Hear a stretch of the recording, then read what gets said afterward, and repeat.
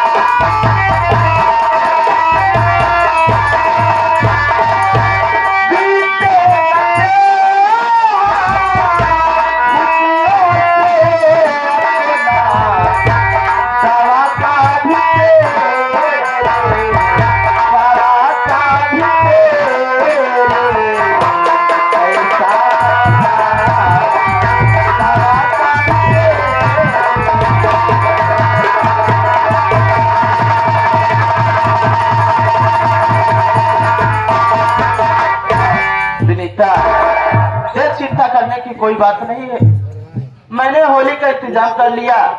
तू कल मुझसे कह रही थी कि अपनी बार अपना होली का त्योहार कैसे होगा, और मुझे अपनी बार मजदूरी से ज्यादा पैसे मिले हैं। समझकर मैं सोच रहा हूँ कि जो कुछ पैसे मेरे पास बचे हैं, जब अपना होली का त्योहार बीत जाएगा, उसके बाद मैं तुझे किसी अच्छे डॉक्टर को दिखा करके तेरी दवा लाऊंगा।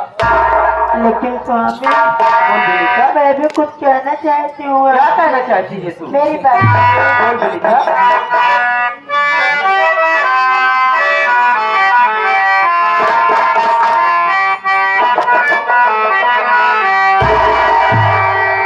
कभी पैसे हैं पीते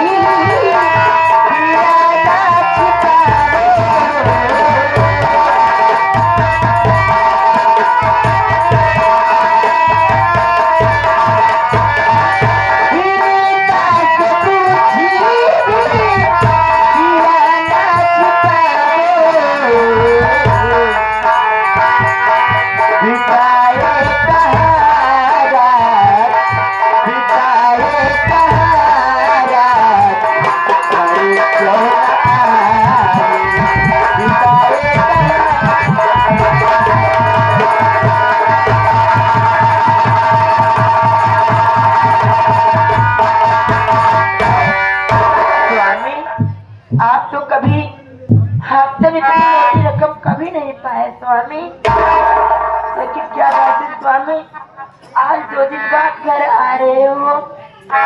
विनीता, मैं समझ रहा हूँ कि तुझे अब की बार ज्यादा पैसे बता दिए तो तू घबरा गई। मैं अब की बार ज्यादा कैसे पैसे पा गया और रात भर कहा था। विनीता देख, कुछ कुछ ऐसी बातें होती हैं जिसे तू न जान तो बेहतर होगा। जो कुछ मेरे साथ हुआ है, मैं तो सोच रहा हूँ कि अगर वो बात तुझे बता दूंगा तो तू ऐसे ही बीमार रहती है। अगर इस बात को जान जाएगी तो तुझे चिंता हो जाएगी और बीमार हो जाएगी। इसलिए इस बात को यहीं पर छोड़। लेकिन तू पूछ रही है कि मैं रात भर कहाँ था, घर क्यों नहीं आया, तो मैं तुझे बता रहा हूँ कि मैं रात भर कहाँ था और घर क्यों नहीं आया। सुन मेरी बात।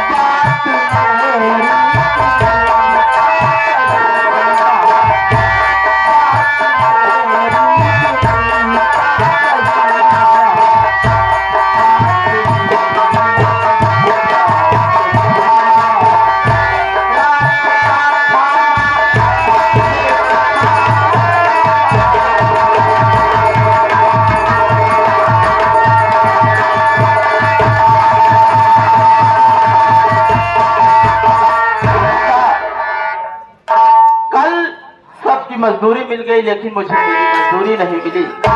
अपनी मजदूरी पाने के लिए मुझे रात भर भट्टे पे रुकना पड़ा और रात का खाना भी भट्टे पर ही खाना पड़ा। मैं जानता हूँ विनीता कि घर में मैं हूँ और तू है। हमेशा घर रहता हूँ, कल नहीं था तो तुझे चिंता हो रही थी। विनीता क्यों नहीं होगी चिंता, इसलिए मैंने तुझसे कितनी बार कहा है कि देख विनीता, हर बात को लेकर के इतना चिंतित मत रहा कर। क्या बात है विनीता?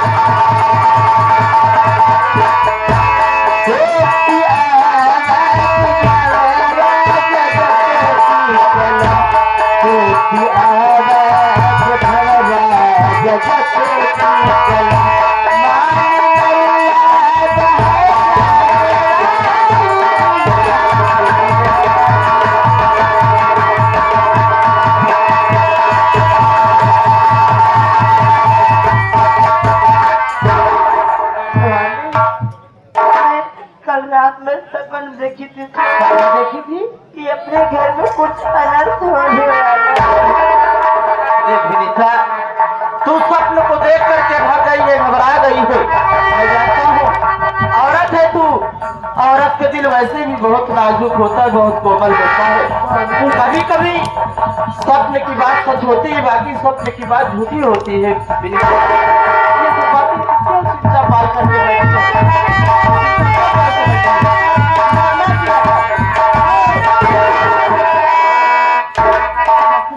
नमस्ते, क्या तेरा नाम बबलू है? हाँ हाँ साहब, मेरा ही नाम बबलू है। राम सिंह भट्टा के तू ही मजदूरी करता है? हाँ हाँ साहब, हमारा घर यही है। हाँ साहब यही हमारा। मकान कहाँ है?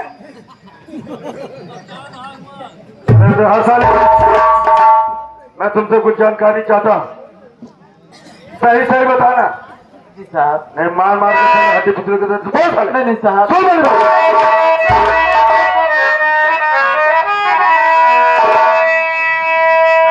बबलू मजदूर मेरी सुनो जान के संता तेरी हत्या तुमने किया राम सिंह तेरी कौन दुश्मनी सोच भट्टे में पत्नी उसको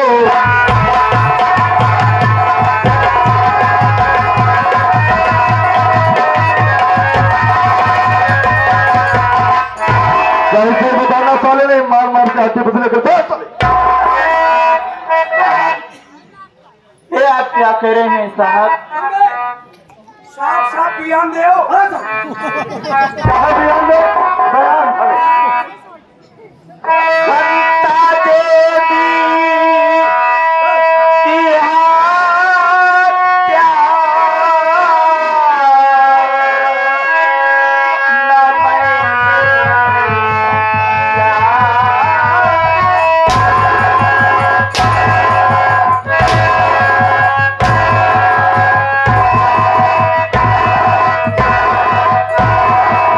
हत्या न और आप साले हमने नहीं की।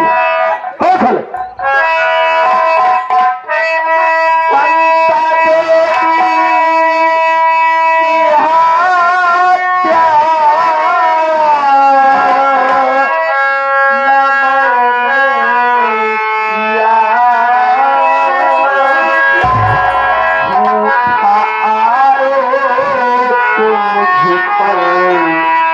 लगाया अपनी मजबूरी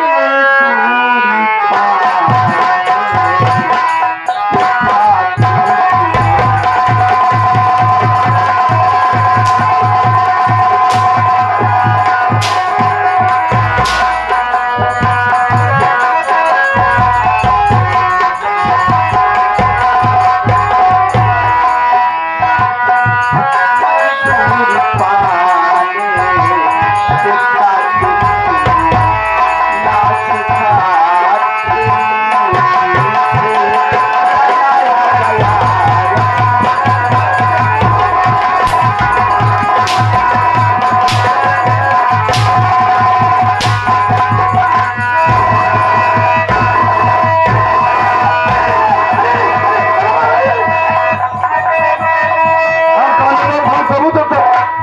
देखो तुम तो साले। ये आप क्या कह रहे हैं साहब? अरे साहब, मैंने संता देवी की हत्या नहीं किया साहब। अरे भला मालिक से मेरी कैसी दुश्मनी हो सकती है? वो तो बड़े लोग हैं। सुन मेरी बात साले। मैं तो एक मामूली सा मजदूर हूँ साहब। सब कानून वाले के बाद साबुत है। सच में सारे तूने हत्या किया, हत्या तूने किया, तू ही हत्या है। सब मुझको बता दो।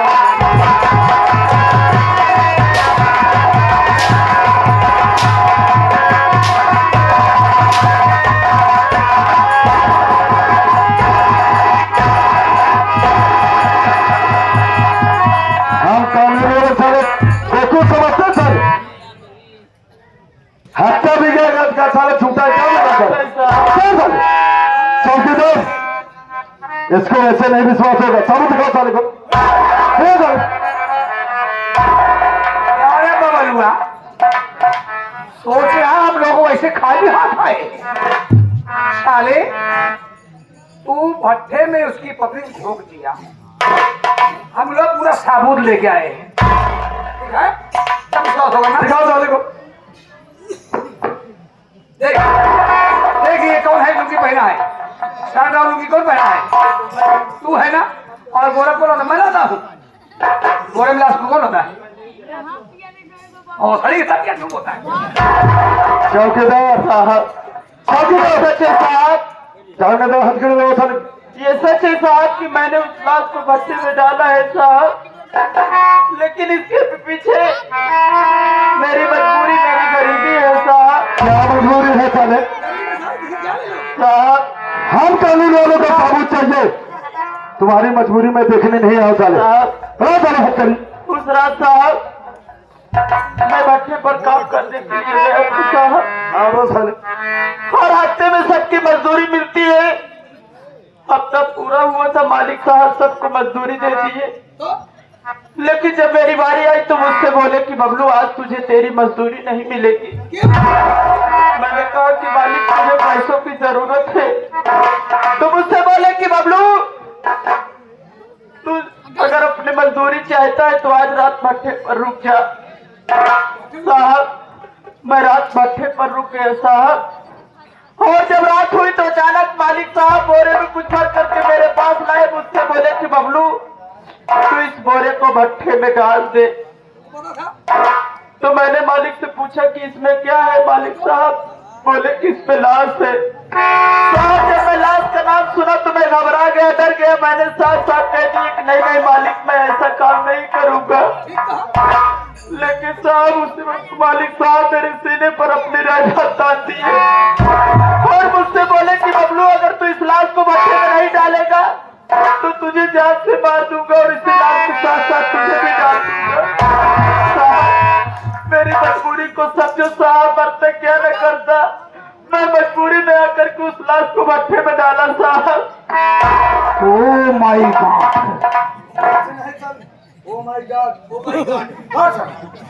बाबलू तेरे खिलाफ हमें सबूत मिला है। तू खुद जानता है कि कानून वाले को सबूत चाहिए।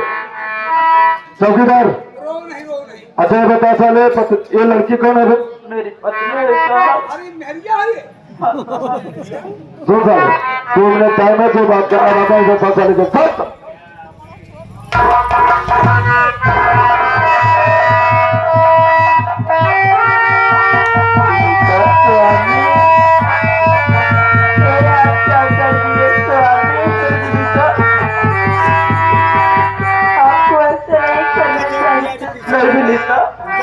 मैंने ऐसा कुछ नहीं किया विनीता। अरे यही बात मैं तुझसे बताना नहीं चाहता था कि तुझे चिंता हो जाए। क्या करूं विनीता, अगर मैं उस लाश को भट्टे में ना डालता तो मालिक मुझे गोली मार देते और भट्टे में डाल देते तो तू कानों कान बालक न पाती विनीता। मैं मजबूर हूं कि ऐसा किया विनीता। जल्दी बात करो, हमको शहर को दस्त करने जाना है। गस्त में जाना है।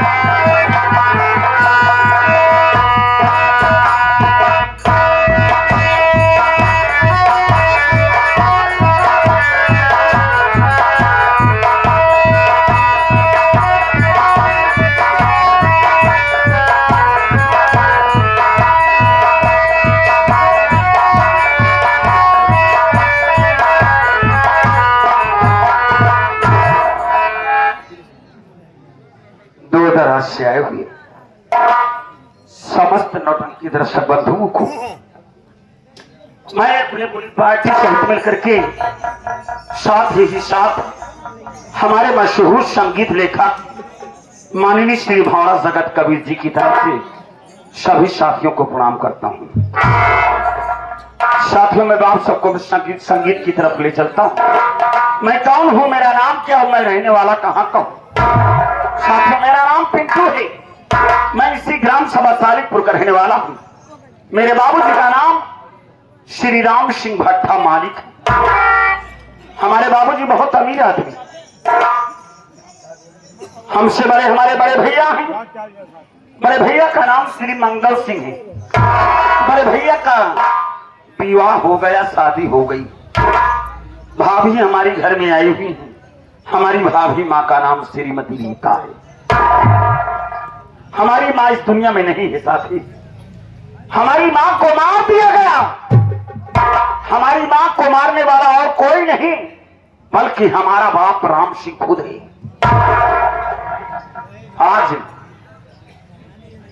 आज हमारा बाप अमीर होने के नाते आए दिन गरीबों को बहुत सताते हैं, भट्टे पर मारते पीटते रहते हैं, गाली गुप्ता देते रहते हैं। जितने भी गरीब मजदूर हैं बेचारे परेशान हो गए। हमारे भट्टे का बहुत ही जिम्मेदार आदमी, जिम्मेदार मजदूर जिसका नाम बबलू, वो बेचारा बड़ी जिम्मेदारी के साथ हमारे भट्टे का कामकाज देखा करता है। लेकिन फिर भी ना जाने क्या हुआ कि आज गांव की तरफ गया था। गांव के लोगों के मुख से सुना कि पिंटू भैया, बबलू भैया के घर पर पुलिस वाले आए। ना जाने क्या वजह थी। खैर कोई बात नहीं, घर पर आ गया हूँ बबलू के। मैं विनीता भाभी को बुलाता हूँ, विनीता भाभी से पूछूंगा और सब कुछ पता चल जाएगा कि आखिर क्यों नहीं गए पुलिस वाले। अरे भाभी माँ, अरे ओ भाभी, भाभी माँ,